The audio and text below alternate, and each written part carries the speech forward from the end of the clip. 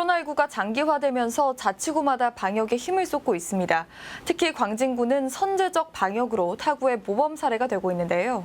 계속되는 코로나 전국 속에서 구정 방향은 어떻게 잡고 있는지 김선갑 광진구청장 연결해서 자세히 들어보겠습니다. 구청장님 안녕하십니까? 안녕하세요. 반갑습니다. 네, 반갑습니다. 자, 지금까지 임기 절반가량이 코로나 전국 속에서 지나고 있습니다. 아무래도 특수한 상황이 계속되면서 구정 운영 방향도 영향을 받지 않을까 싶은데, 자, 먼저 코로나 속 지난 한 해 어떻게 보내셨습니까? 지난 한 해 온 국민이 굉장히 힘들어하듯이 저희 광진군도 굉장히 어려웠습니다. 예. 이러한 전대미문의 위기 속에서 우리 구민들의 생명과 일상을 지키기 위해 책임감으로 진력을 다해왔습니다. 하지만은 여러 가지 좀 아쉬운 점이 많습니다. 특히 코로나 전국 초기에 중국인 유학생이 굉장히 걱정이 많았습니다. 광진구 관내대학교에 유학 온 중국인 유학생들이 한 3,000명 정도 되는데요. 이 친구들의 안전과 감염 확산을 차단하기 위해서 세종대학교에다가 임시 선별 검사소를 설치한 거는 아직도 굉장히 의미 있는 일이었다 이렇게 생각을 하고요. 또 5월 달에 이태원 사태 발생했잖아요. 네. 그래서 굉장히 많은 국민들이 걱정이 많았는데 광진구에서는 효율적으로 대처하기 위해서 유흥시설 특별대책추진단을 구성을 해가지고 경찰, 소방, 우리 구민들과 함께 선제적 방역을 진행한 거는 굉장히 의미가 있었다. 특히 금년일인데요. 네. 지난 4월 7일 날 서울시장 보궐선거 있었잖아요. 예. 물론 부산에도 있었지만은 투개표장에 이 투개표 종사원들이 광진구만 하더라도 약 2,400명 정도 됩니다. 서울시 전체 약 6만 명 정도 되는데 사실은 밀폐된 공간에서 투개표 종사한다는 것은 굉장히 감염 요인이 크지요. 그렇기 때문에 우리 광진에서는 이 투개표 종사원들을 전원을 선제 검사를 실시해야 된다라고 선관위하고 협의 끝에 이게 서울시 전체 선제 검사를 갖다가 실시한 거는 굉장히 큰 의미가 있다 이렇게 생각이 되네요. 네, 그런데 이 코로나의 방역만큼 중요한 것이 코로나19로 피해를 본 주민들을 어떻게 도울 것인가인 것 같은데요. 특히 소상공인들의 타격이 큽니다. 지역경제 활성화 대책은 어떻게 추진되고 있습니까? 그렇습니다. 굉장히 어려운 일입니다. 정부뿐만이 아니라 우리 지방자치단체에서도 연일 지역경제, 골목상권에 대해서 고민을 많이 하고 있는데요. 작년에 우리 광진구는 소상공인들을 위한 재원을 한 400억 정도 이렇게 마련했습니다. 금년에는 320억 규모의 재원을 마련해서 소상공인들을 상대로 1년간 무이자 무보증. 작년에도 저희가 아마 서울시에서는 아마 최초인 걸로 제가 아는데 네. 1년 동안 무이자 무보증 특별융자를 지원 중에 있고요. 또 골목상권을 일으키기 위해서 300억 규모의 광진사랑 상품권을 판매하고 있습니다.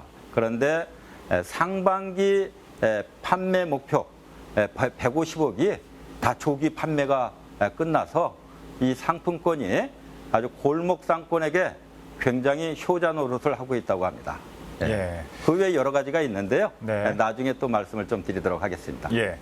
자, 올 초 신년사에서 이 방역과 복지를 강조하셨습니다. 방역 부분은 살펴봤고요. 예. 자, 올해 진행되고 있는 광진구만의 복지 사업은 어떤 게 있습니까? 여러 가지가 있는데 특히 2021년도 우리 광진구 예산은 약 6,100억 정도 됩니다. 예. 계속 사업을 비롯해 가지고 신규 사업을 약 160개 정도 마련했습니다. 이 중에서 약 50여 개는 구민들 실생활 체감형 사업이라고 그래가지고요. 구민들 생활에 실질적으로 도움을 줄 수 있는 사업이 50여 개입니다. 이 중에서 교통 사각지대에 있는 마을버스를 이용하고 있는 우리 어린이 청소년들, 나이로 따지면은 6세에서 한 18세 이 어린이 청소년들에게 서울시 최초로 마을버스 교통비를 지원하고 있습니다. 또 임산부, 굉장히 생활이 불편하죠, 임산부들이.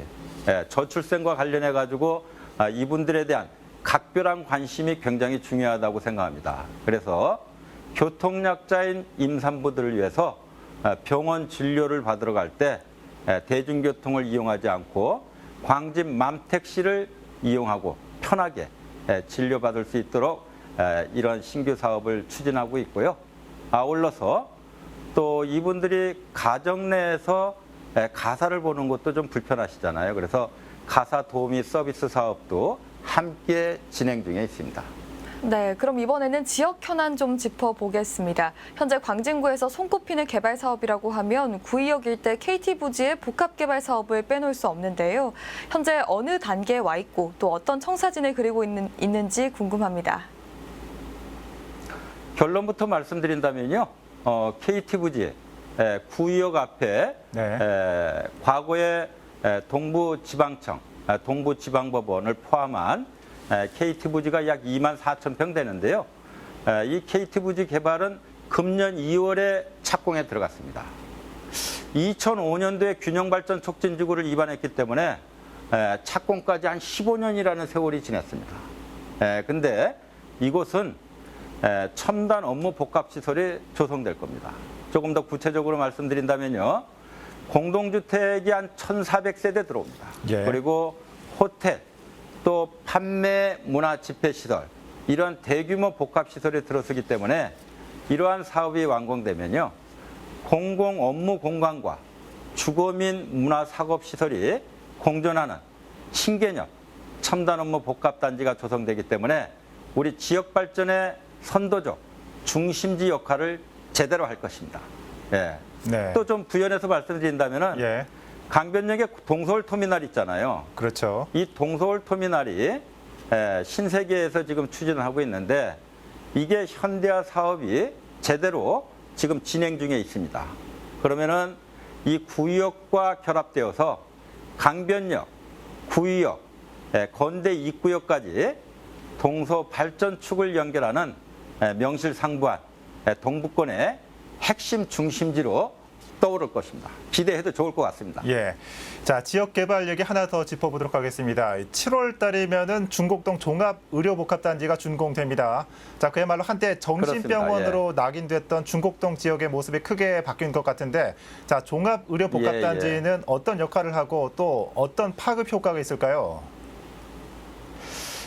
올해 7월 이제 2단계 의료 행정타운이 이제 준공됩니다. 이곳은 의료 행정기관이 들어서기 때문에 의료, 교육, 연구 업무 중심의 특화된 그러한 전략 거점 지역으로 조성이 될 것입니다. 그렇게 되면은 아마 중곡역 주변이 굉장히 지역 경제가 활성화될 것입니다. 이 의료 행정기관에 상주 인구만 약 1,200여 명 된다고 합니다. 그러니까 유동 인구는 어느 정도 될 것인지 상상만 하더라도 골목 상권에 굉장히 큰 기여를 할 것이다. 특히 거기에 3, 4층에는 말입니다. 우리 아이들 중심의 그러한 시설들이 들었습니다. 예. 육아 종합지원센터, 어린이 전용 공연장, 또 맘카페 이런 게 들어서기 때문에 아마 우리 구민, 특히 우리 학부모님들한테는 굉장히 선호하는 좋은 시설이 될 것입니다. 네, 그럼 지금까지 역점 사업들과 추진되고 있는 사업들 짚어봤는데 그렇다면 남은 임기 내에 반드시 해결하고 싶은 일 또는 지역 현안이 있다면 어떤 게 있을까요? 역시 코로나 퇴출입니다. 이 코로나는 우리 국민 생명과 관련되기 때문에 조기에 이제는 종식을 시켜야 되겠습니다. 방역 체계는 여러 가지 보강하면서 변화해 왔습니다.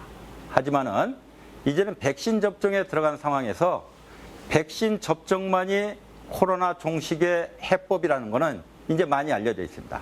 그렇기 때문에 이 백신 접종에 전 국민들이 적극적으로 좀 참여해 주시면은 백신 접종률에 따라서 확진자 발생은 반비례할 수밖에 없습니다.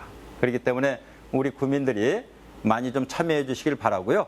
좀 구체적인 방안에 대해서 좀 말씀을 드린다면은 어제도 제가 광진 구민들에게 좀 호소문을 발표했는데 예. 가족 간 감염이 한 40% 나오고 있어요. 굉장히 많이 나오고 있습니다. 네. 그렇기 때문에 이를 갖다가 조금 줄이기 위해서는 가족 중에 한 사람은 반드시 검사를 받아야 된다.